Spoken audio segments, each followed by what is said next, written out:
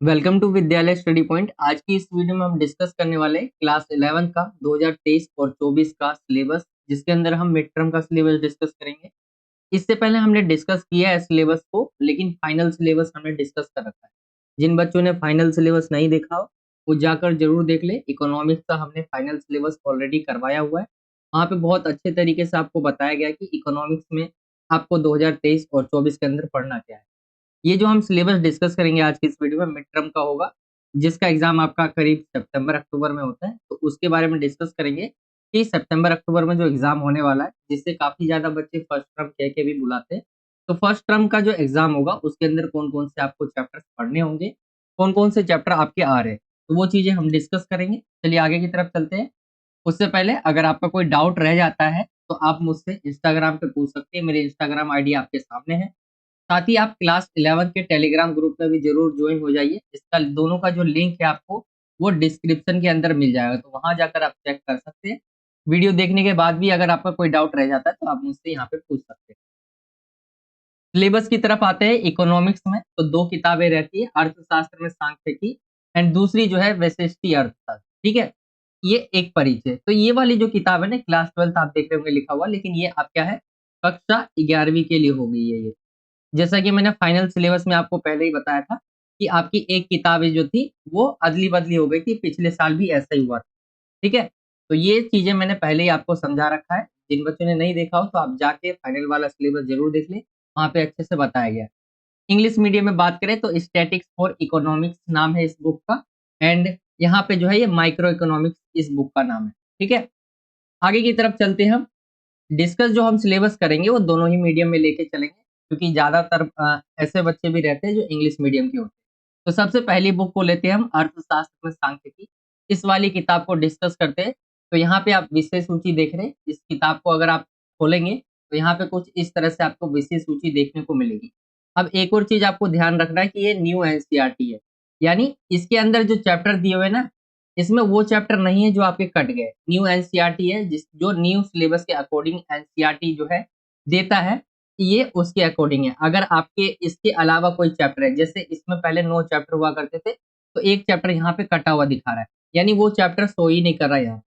तो अगर आपके पास जो है किताब वो ओल्ड वाली है, तो उसमें आपको नोट कर लेना है ओल्ड वाली में कि इसमें से कौन से चैप्टर जो है, मतलब कौन से चैप्टर आपको इसमें दिख नहीं रहे। तो नहीं दिख रहे वो चैप्टर आपके कट गए हैं पूरे साल के लिए। ठीक है? बाकी मिड टर्म की बात करें तो मिड टर्म में अध्याय 1 परिचय है, ये आपका मिड टर्म में आएगा। दूसरा चैप्टर जो है ये भी आपका मिड टर्म में आएगा, आंकड़ों आंकड़ों का संग्रह, आंकड़ों का संगठन, ये वाला चैप्टर भी जो है आपका मिड टर्म में पूछा जाएगा। नोट करते जाइए या आप अपनी किताब में निशान लगा सकते हैं। आंकड़ों का प्रस्तुतिकरण प्रस्तुतिकरण तो ये भी आपका जो है मिड टर्म में पूछा जाएगा। एंड 5 तक आपके पूछे जाएंगे मिड टर्म में इस किताब से। तो ये है केंद्रीय प्रवृत्ति की माप। तो टोटल 5 चैप्टर जो है आप लगा के चलिए कि इस वाले चैप्टर से आपके मिड टर्म में पूछे जाएंगे। तो ये वाली किताब से इतने हो गए। बाकी मैंने आगे भी आपको बता रखा है, जैसे सिलेबस जो डीओई जारी करता है उसमें इस तरह से था कि इन्होंने इकाई वाइज जो है बांट रखा है। जैसे यहाँ पे देखेंगे परिचय सबसे पहला आपका चैप्टर है। ये चैप्टर नंबर आपका 1 है, जिसमें बताया हुआ है कि अर्थशास्त्र में आप पढ़ेंगे, इस वाले चैप्टर में क्या-क्या पढ़ेंगे, साथ में ये भी बता दिया गया। ठीक है? तो अर्थशास्त्र होता क्या है, सांख्यिकी का क्या मतलब होता है, क्षेत्र कार्य और अर्थशास्त्र में उसका महत्व क्या है। ठीक है? तो ये टॉपिक रहेंगे पहले चैप्टर के अंदर। यूनिट 2 के अंदर जो है चैप्टर नंबर आप देखेंगे, चैप्टर नंबर 2 है ये। ठीक है? Chapter number 3 and chapter number 4। यहाँ पे कुछ आपको जो है कन्फ्यूजन हो सकती है नाम को लेकर। तो वही होता है, आंकड़ों का संग्रह आपका दूसरा चैप्टर है। आंकड़ों का व्यवस्थीकरण, ये अगर आप देख रहे हैं तो इसका मतलब भी वही है जो इसमें आपको दिख रहा है, आंकड़ों का संगठन। ठीक है? व्यवस्थीकरण का मतलब ही आप संगठन लेकर चले। एंड तीसरा जो है आंकड़ों की जो है प्रस्तुति, यानी आंकड़ों का प्रस्तुतिकरण। तो ये आपका चैप्टर नंबर ये 2 हो गया, चैप्टर नंबर 3 ये वाला हो गया एंड चैप्टर नंबर 4 ये हो गया।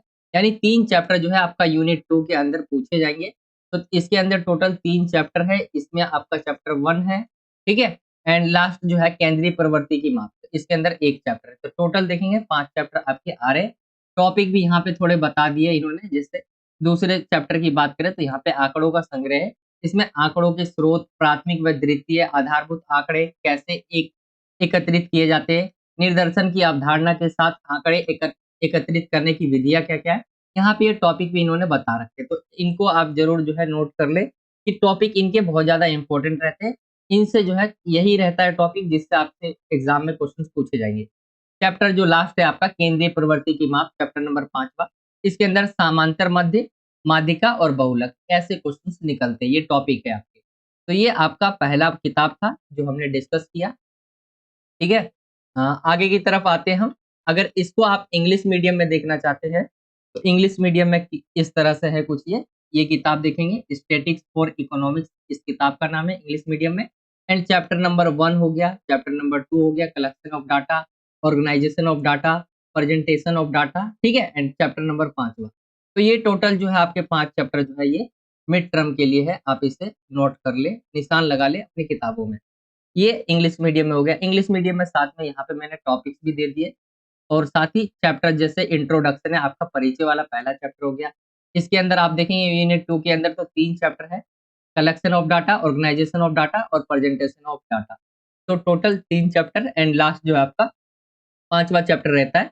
तो एक चैप्टर ये हो गया आपका, 3 चैप्टर ये हो गए 4 और एक ये 5। तो इंग्लिश मीडियम में भी आपके टॉपिक दिए हुए, टॉपिक भी आपको देख लेने हैं, जो टॉपिक दिए हुए हैं इसको भी नोट कर लेना साथ ही साथ। इसमें इंपॉर्टेंट है सारे टॉपिक, तो इनको सभी को नोट करके चले, ठीक है। तो ये आपका इंग्लिश मीडियम में रहता है सिलेबस। आगे की तरफ चलते हैं, अब हम दूसरी किताब की तरफ आते हैं जिसका नाम है वैशिष्टि अर्थशास्त्र, ठीक है, एक परिचय। इस वाली किताब में मिड टर्म में कौन कौन से आएंगे, ध्यान रखना है आपको, न्यू एनसीईआरटी के अकॉर्डिंग है ये, तो इसमें कटे हुए चैप्टर तो आपको दिखेंगे ही नहीं। तो इसके अंदर देखिए जो परिचय है इंट्रोडक्शन वाला, ये आपका मिड टर्म में पूछा जाएगा। उपभोक्ता के व्यवहार का सिद्धांत, ये भी आपका जो है मिड टर्म में आएगा। आगे की तरफ चले, चैप्टर नंबर जो है 3 रहता उत्पादन तथा लागत, तो ये भी आपका मिड टर्म में पूछा जाएगा। एंड चैप्टर नंबर 4 और 5 मिड टर्म के लिए नहीं है, ठीक है। चैप्टर नंबर 3 तक ही आपका जो है मिड टर्म में पूछा जाएगा। बाकी इसके अंदर पहले 6 चैप्टर हुआ करते थे, तो 5 हो गए, एक चैप्टर कट गया। तो मैंने जब फाइनल सिलेबस बताया था उसमें बहुत अच्छे से समझाया था क्या क्या चीजें डिलीट हो गई है, ठीक है। इसमें तो हम मिड टर्म का सिलेबस डिस्कस करें कि कौन कौन से चैप्टर्स आपसे पूछे जाएंगे। आगे की तरफ आते हैं, यहाँ पे मैंने टॉपिक भी लिख दिया, साथ में अलग से भी लिख दिया कि कौन कौन से चैप्टर आपके मिड टर्म के लिए है। तो यहाँ पे देखेंगे, यानी परिचय लेके चले, इसका जो है परिचय, ठीक है, इंट्रोडक्शन आप इससे कह सकते हैं। तो इसमें आप चैप्टर नंबर जो है 1 हो गया। चैप्टर नंबर जो है यूनिट 5 देखेंगे आप, तो उपभोक्ता का संतुलन और मांग। तो ये अगर आप देखेंगे तो थोड़ा आपको नाम को लेकर जो है कंफ्यूजन हो सकता है, जो सिलेबस दिया गया उसमें नाम थोड़े अलग है और उसमें अलग है। जैसे परिचय था, हमने परिचय देखा, उपभोक्ता के व्यवहार का सिद्धांत है, तो यहाँ पे आप देखेंगे इस वाला जो सिलेबस दिया हुआ है उपभोक्ता का संतुलन और मांग, तो चैप्टर वही है, आपको ध्यान दे कंफ्यूज नहीं होना है, चैप्टर वही है आपका, चैप्टर नंबर ये दूसरा है, ठीक है। एंड जो तीसरा चैप्टर उत्पादक का व्यवहार और पूर्ति, ये वाला आप चैप्टर का यूनिट का नाम है, ये तीनों, ठीक है। ये तीनों यूनिट के नाम है, चैप्टर के नाम नहीं है, इससे आप कंफ्यूज हो सकते हैं। तो ये तीनों यूनिट के नाम है, यूनिट के नाम अलग हो सकते हैं, ठीक है, जरूरी नहीं है यूनिट जो है सेम नाम का हो। तो ये यूनिट के नेम है। चैप्टर जिसके अंदर ये आपका चैप्टर नंबर 3 है और ये चैप्टर नंबर 2 है आपका, एंड चैप्टर नंबर 1। तो ये 3 चैप्टर जो है इस वाली किताब में आपसे पूछे जाएंगे। इन्होंने टॉपिक भी बता रखे हैं, तो टॉपिक आप सभी को देख ले रहे हैं टॉपिक क्या क्या है। यहाँ पे मैंने बता रखा है, जैसे वैशिष्टि अर्थशास्त्र तथा समष्टि अर्थशास्त्र का अर्थ क्या होता है, सकारात्मक और आदर्शात्मक अर्थशास्त्र क्या होते हैं। ऐसे ही आप दूसरे चैप्टर की तरफ आएंगे तो उपभोक्ता संतुलन का अनाधिमान वक्र विश्लेषण, मांग हो गया, मांग की लोच, मांग की कीमत लोच, तो ये आपके टॉपिक रहेंगे। इस वाले चैप्टर में देखें तो उत्पादन फलन का अर्थ होता है, क्या होता है, ये चीजें आप जानेंगे। अल्पकाल और दीर्घकाल क्या होता है, कुल उत्पाद, औसत उत्पाद और सीमांत उत्पाद क्या होता है, एक कारक के प्रतिफल, ठीक है, लागत, ये टॉपिक रहेंगे जो आपको पढ़ने होंगे इस वाले चैप्टर के अंदर। तो इन टॉपिक को भी आपको ध्यान से नोट कर लेना है। बाकी इंग्लिश मीडियम में सिलेबस की बात करें तो इंग्लिश मीडियम में भी वही है, इंट्रोडक्शन जो पहला चैप्टर है आपका, दूसरा चैप्टर एंड तीसरा चैप्टर, तो 3 चैप्टर टोटल आपके मिड टर्म में आ रहे हैं, ठीक है। न्यू एनसीईआरटी के अकॉर्डिंग है, ये जो कटे हुए चैप्टर है ऑलरेडी वो यहाँ पे शो नहीं करेंगे, ठीक है। तो ये आपके 3 चैप्टर जो है आ रहे हैं माइक्रो इकोनॉमिक्स में, तो 3 चैप्टर इसके हो गए एंड 5 चैप्टर उसके, तो टोटल 8 चैप्टर लेकर चले कि आपको देखने को मिलेगी। बाकी इसका भी जो है अलग से इंग्लिश मीडियम में देख सकते हैं आप, टॉपिक वाइज भी यहाँ पे मैंने बता दिया है, ठीक है। चैप्टर नंबर ये आपका 1 हो गया, चैप्टर नंबर 2 हो गया एंड चैप्टर नंबर जो है 3 जो है ये हो गया। तो ये 3 चैप्टर आपके आ रहे हैं। ये जो हम सिलेबस डिस्कस किया हमने ये मिड टर्म के एग्ज़ाम्स के लिए। तो आई होप कि आपको समझ आ गया हो और मिड टर्म के लिए जो सितंबर कह रहे हैं सितंबर-अक्टूबर में करीब एग्ज़ाम होता है उसका, तो उस समय के लिए ये आपका सिलेबस रहने वाला है। आई होप कि आपको समझ आ गया होगा। इकोनॉमिक्स का सिलेबस हमने डिस्कस किया। इसके अलावा और भी सब्जेक्ट के हमने मिड टर्म के सिलेबस डिस्कस कर लिया है लगभग। तो आप उनका भी जो है आपको मैं प्लेलिस्ट आप चैनल पे जाएँगे तो वहाँ प्लेलिस्ट में आप देखेंगे मिड टर्म के लिए जो है अलग, मिड टर्म के लिए अलग एंड जो है फाइनल एग्ज़ाम्स के लिए जो सिलेबस है वो अलग। दोनों का अलग-अलग प्लेलिस्ट बनाया हुआ है तो आप वहाँ पर जाकर देख सकते हैं। वहाँ से आपको बहुत मदद मिलेगी कि आपको पढ़ना क्या है एग्ज़ाम्स में, आपको फ़ोकस क्या करना है, कौन-कौन से चैप्टर को आपको कितना फ़ोकस करना है, ठीक है? बाकी ये था आज का वीडियो एंड कोई भी डाउट रह जाता है तो आप मुझसे इंस्टाग्राम पे पूछ सकते हैं, मेरी इंस्टाग्राम आईडी है। इसका लिंक मैं डिस्क्रिप्शन में दे दूँगा। साथ ही टेलीग्राम ग्रुप में भी जॉइन हो जाइए। क्लास 11 के जो ग्रुप है उसमें 2000 से ज़्यादा बच्चे इसके अंदर जॉइन है तो आप भी जॉइन हो सकते हैं। इसका भी लिंक आपको डिस्क्रिप्शन में मिल जाएगा। तो ये था आज का वीडियो। वीडियो अच्छा लगा हो तो वीडियो को ज़रूर लाइक करें, शेयर करें अपने दोस्तों में एंड चैनल पे नए हो तो चैनल को ज़रूर सब्सक्राइब करें। आई होप कि आपको समझ आ गया होगा इकोनॉमिक्स का सिलेबस। यही था आज का वीडियो। मिलता हूँ आपसे अगली और एक्साइटिंग वीडियो में। जब तक के लिए जय हिंद, जय भारत, वंदे मातरम।